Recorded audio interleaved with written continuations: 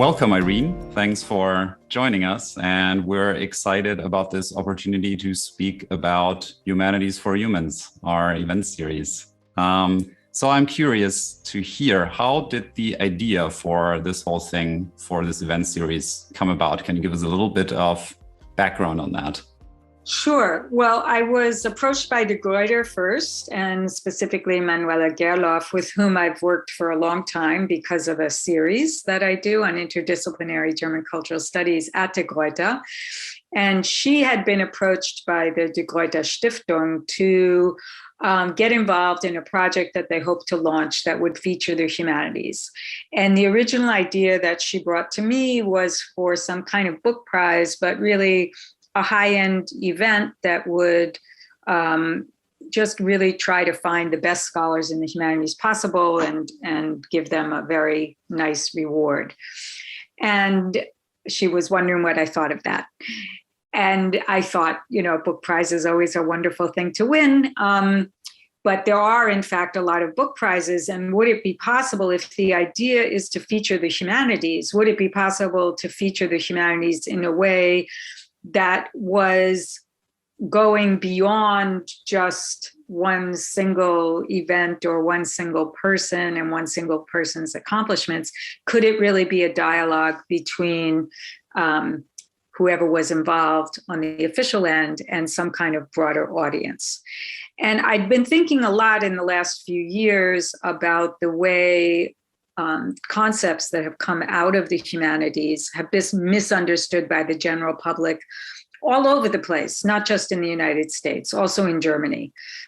So if you think about something like performance, what does that really mean when you say the performative as opposed to performance? What does performing gender mean? That was a whole area that I thought a lot of people misunderstood.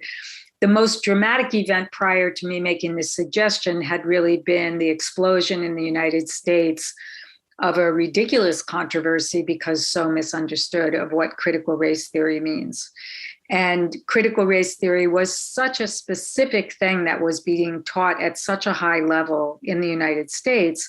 And all of a sudden, there were these individuals who were convinced that their first graders, their third graders, their very young children were being indoctrinated into something that had this awful name, critical race theory. So what I proposed was, why don't we try to take some of those terms, get some real experts on them, but experts who are interested in talking to the general public. And we went back and forth, of course, a little bit. I immediately started to get excited about the idea when I realized another organization I was involved with, 1014 Space for Ideas, which is located in New York City and has already been running different kinds of lecture series. When I asked them, first de Gruyter, but then them, would you be interested in cooperating? And they said yes. And so there was a certain amount of back and forth between me, myself, and the two representatives of the two organizations. And the idea just really took off. And the idea, the specific title, Humanities for Humans, that came from me partly, again, because for many years I've been involved in conversations where people say, we don't even know what the humanities are. What does that mean? So I wanted to put that word human right in there, because that's what's so critical about it. It has something to say to ordinary students. Yeah, and I love the title, I gotta say.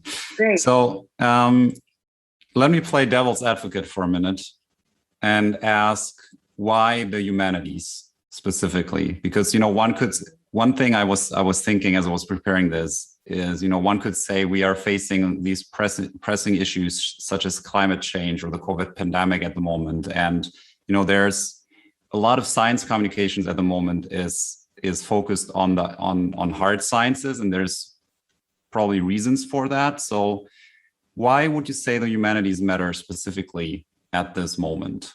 What can they offer? Mhm. Well, that's a very important set of questions that you're asking. Um, your example is very telling for me, though, because I think climate change is precisely something that has to be understood in an interdisciplinary way. It's not just the science of what is causing the atmosphere to heat up or what are causing the trees to start to die or the change in weather patterns. It also has to do with human behavior, right? And I think that the humanities, in some kind of general way, are involved precisely with the issue of human behavior and how what happens when humans interact with the environment, with other kinds of natural elements, with each other, right?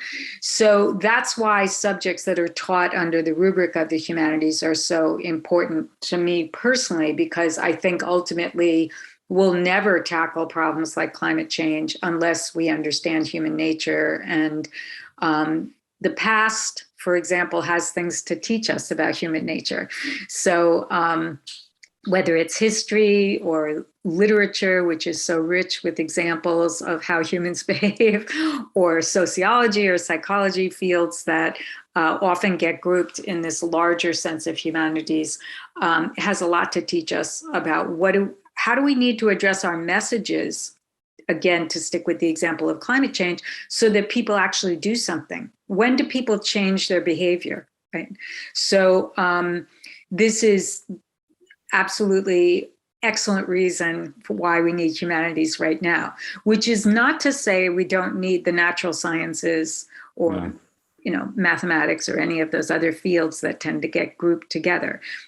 Those can't be left out of the discussion. But again, my own observation is, with the exception of certain types of people, for example, climate deniers, the broad swaths of the population do actually hear from scientists quite often. They do get a lot of different venues to talk, whereas humanities scholars tend not to have very many venues to interact with the general public.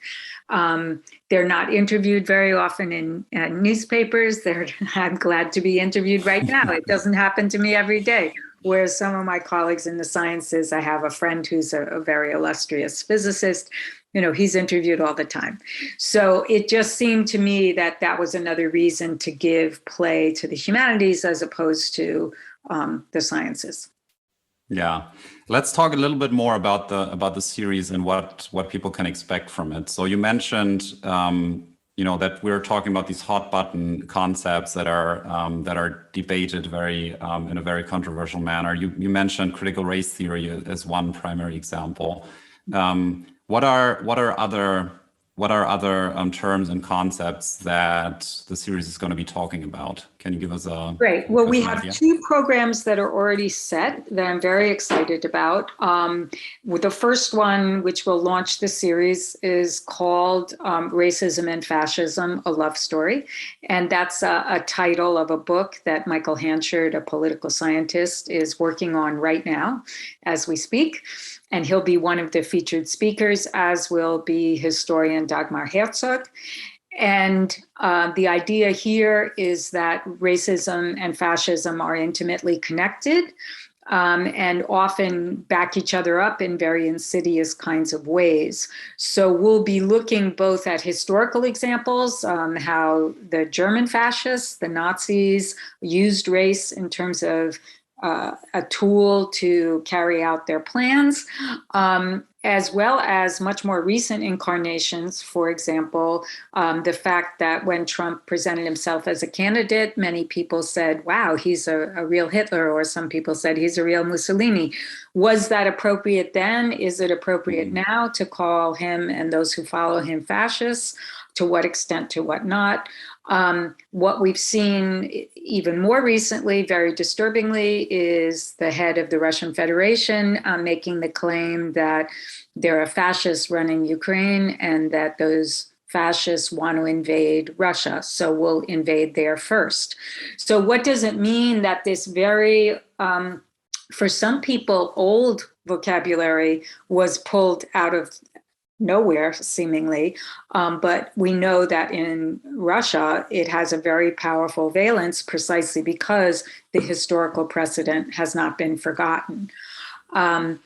the idea of racism being involved, many people know that the Nazis believed that the Aryans were the superior race and that especially Jews were a separate race and they were very inferior. Also, people of African descent were inferior. People of Slavic descent were inferior, right? So there were multiple racisms going on for the Nazis. But in our own country, we see various kinds of discourses, I should say, in the United States. I don't want to assume everyone listening to this thinks of that as their country, but it is where I was born and raised and work. That in the United States, we've seen racism itself become understood in new ways in the last years. And we want to understand how, when people say, for example, systemic racism, that's a concept I think has been very misunderstood. What does it mean? Can you claim to not be a racist, but be completely unaware of how systemic racism functions, and in fact is giving you privileges because your skin is not dark? Right? So these are some of the concepts will unfold in that conversation. It will be held on Fifth Avenue in this beautiful building that's owned by 1014. And that's the address. That's how they got their name. And that building right now is limited to a relatively small audience. There will be about 75 people who will be allowed to come. We're hoping they'll come from a range of age groups and backgrounds, et cetera, et cetera. It's certainly not aimed at people like myself, at other professors. And then that will be recorded and will be put online so that anybody can look it up. And my big hope is that the conversation will be powerful enough and clear enough that school teachers might want to use segments of it in their classrooms, or just individuals who are taking a course like the one I teach on Nazis and neo-Nazis, that those teachers might assign listening to it with some questions to their students. So we hope that it'll have not only a long afterlife, but also a broad audience once it's online. Right. There is another program that is already set for the spring, and that is more about what do we do in the aftermath of violence and of racism, and it's called Repair, Reparation, and Refusal. So 3 R words that are being used a lot right now in terms of especially African American, but also other communities of color, talking back to the majority population. How do we repair the damage that was done to all kinds of communities because of the COVID-19 pandemic?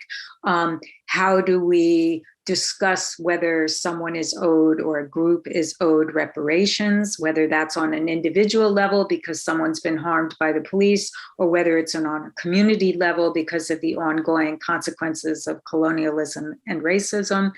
And then the idea of refusal, which is, again, I would say a particularly misunderstood concept, where communities of color have said, we're not going to engage in that conversation with you, right? We're refusing to have that conversation. So we have 2 very different experts, wonderful people, also stars in the humanities, Marianne Hirsch, who teaches at Columbia University, and Hortense Spillers, who is just retiring right now from Vanderbilt University, and they will be having that conversation with each other. There will be a moderator, that's going to be me for these first conversations, and we definitely hope to have Q&A. We're also planning 2 events in the course of the next 12 months online, and that's when we're hoping to particularly get a large audience for the first event, and then it would continue its afterlife. But there's a lot, it's a very new project. And so there are lots of little details that we're still trying to figure out. For example, I want very much to get a mix of people, including young people, into the room when we do have it in person. And we're just still trying to figure out exactly how to do that. And there's going to be 8 events in total? 8 in total. So for a year, the 2 organizations have decided to fund this project for 2 years. And so 8 events. There's a small board of academic experts that's advising me. I didn't want to put too much programming in place before the board got a chance to really get involved. We also want some feedback on how these first events go. I'm soliciting opinions right now on what the most urgent topics are, but just to give you some more ideas, we are thinking about one on critical race theory. We're thinking about one on saving or supporting democracy. We're thinking about one on fake news and misinformation. We're thinking about one of freedom of speech. So this also has come into the news very powerfully because of the attack on Salman Rushdie so recently. But it's an important older issue that's been around with us. Speaking of older issues, we're thinking about a session on anti-Semitism. What does that mean now? How is it that this particular form of hatred has persisted in so many places for so many millennia? So there are plenty of topics, and the key will be to hit on topics. They have to be planned in advance, obviously, but can we get the topics that people really are interested in thinking about right now? So I hope I've gotten that right for these first two, and I'm going to do my best to keep it going. Yeah, sounds fascinating. So we're all looking forward to that. And I think you answered all my. I had a long list of questions, but you answered all of them. So that's great. So yeah, I mean, thanks, Irene, for speaking to us. I think we're all looking forward to this first event, which is on September 27, right? We'll post the link to the. We'll make sure to post the link to the event so everyone can find out the details, and we look forward to it. Thank you, Irene. Could I just mention one more thing, maybe, Papa? Please, sure. Which is sometimes, and this also comes from my field of endeavor, words have a power to change things. That's the whole idea of the performative that I mentioned towards the beginning of our conversation. And there is a small hope that I have that just hearing the title, Humanities for Humans, might get people thinking, even if they're not able to participate in an event, they think to themselves or ask their friends, if you heard that phrase, Humanities for Humans, what would you be thinking of?